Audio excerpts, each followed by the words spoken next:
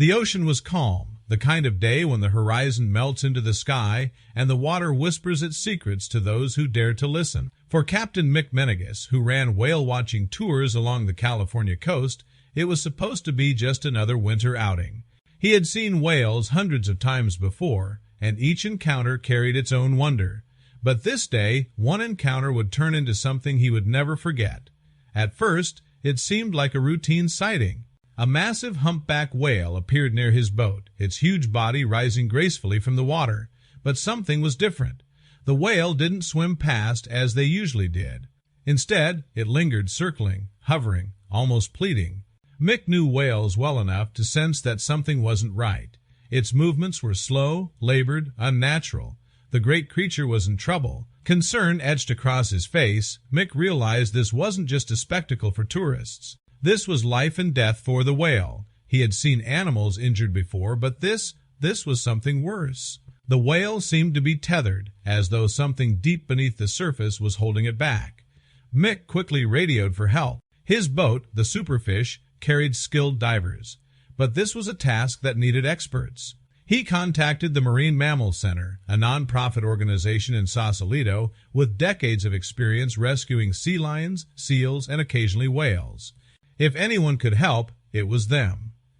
The call was answered, and soon a rescue team of volunteers joined Mick and his crew heading toward the Farallon Islands. Fishermen had last reported seeing a whale struggling there, and Mick feared they were already running out of time. When they finally reached the spot, the reality hit them hard. Before them floated a 50-foot humpback whale, exhausted and trapped. She had been caught in heavy blue steel ropes used by crabbers to anchor their traps to the seafloor. The lines, 250 feet of them, had wrapped around her body, her tail, even running through her mouth. To make matters worse, a 30-pound anchor pin dragged her down constantly, leaving her barely able to keep her blowhole above the surface to breathe. Lead diver James Mosquito felt his stomach twist as he slid into the icy water. He had studied whales all his life, but nothing prepared him for the sight of such suffering. And yet, when the whale surfaced and her massive eye broke the waterline, James swore he saw intelligence staring back at him. It was as if she knew, as if she were asking for help. The divers had to act quickly but carefully. One wrong move and they could harm the whale or themselves. A single flick of her tail could kill a man instantly. But strangely, the whale remained calm. She seemed to understand the divers were there not to hurt her, but to free her. For 5 grueling hours, James and his team fought against the ropes. Each dive revealed another line cutting deep into her skin, leaving raw wounds where she had thrashed in desperation. The more she had struggled, the tighter the ropes had pulled. And now it was up to the divers to undo what human carelessness had done. Finally, with one last cut, the final rope snapped free. For a moment, the ocean seemed to hold its breath. Then, slowly, the whale moved, unbound for the first time in what could have been days. The rescuers cheered, relief flooding through them. The mission had been a success, but the story was not over, because instead of swimming away, the whale turned.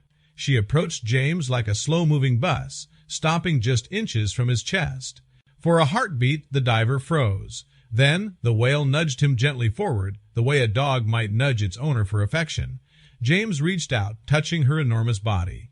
Her eye met his, and in that silent exchange, he felt gratitude. It was not an accident. She knew. The rescue had changed everything for both whale and man. But as incredible as this encounter was, it was only the beginning. Half a world away, another woman of the sea was about to face her own life-or-death moment this time, with the roles reversed. Thousands of miles away from California, on the warm waters of the Cook Islands, marine biologist Nan Hauser prepared for a dive. For nearly 3 decades, she had dedicated her life to studying whales and dolphins, but despite all her experience, nothing could prepare her for what she was about to face. The sea was calm, her equipment ready, and her crew nearby filming for a documentary. To Nan, it was supposed to be another ordinary dive into the blue, but then a shadow appeared. At first, she thought it was a trick of the Paracibling, my sips clease to that. Light, a passing school of fish.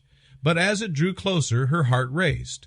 The shadow grew larger, darker, until it filled her vision. A humpback whale, massive and powerful, surged toward her. Nan froze.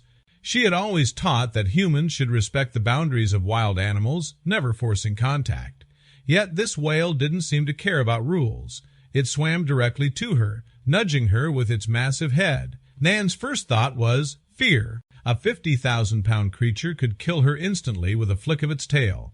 Her camera captured every terrifying moment as the whale rolled, thrashed, and pressed its body against hers. She tried to push away, but the animal kept shoving her upward toward the surface.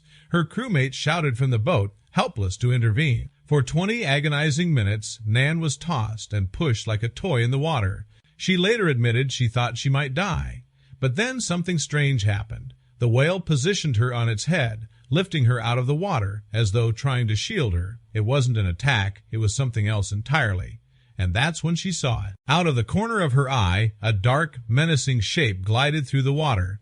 Unlike the humpback's graceful rise and fall, this shadow swayed side to side, its presence unmistakable. Nan's blood ran cold. It was a tiger shark. Tiger sharks are among the ocean's most feared predators, relentless hunters known for circling their prey until the moment of attack. This one was enormous, its sleek body cutting through the water with terrifying speed, and it was heading straight for Nan. Suddenly, everything made sense. The whale wasn't harassing her, it was protecting her. Every nudge, every shove, every moment of being buffeted around was the animal's desperate attempt to keep her safe from the predator lurking nearby. The humpback kept itself between Nan and the shark, using its enormous body as a shield. It slapped the water with its tail, driving the shark back, and pressed Nan against its side until she was able to swim closer to her crew's boat. Nan's arms ached, her lungs burned, but with the whale guiding her, she made it back to the surface and into the safety of the boat. As her crew pulled her aboard, she collapsed onto the deck, staring at the sky in disbelief.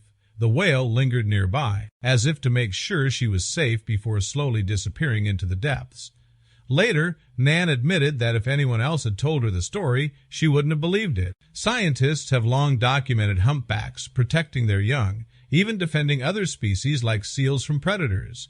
But to see one deliberately save a human life was something extraordinary. 2 stories, 2 oceans, 2 lives forever changed. One whale freed by humans, and another saving a human from certain death. Together, they reveal a truth the ocean has always kept.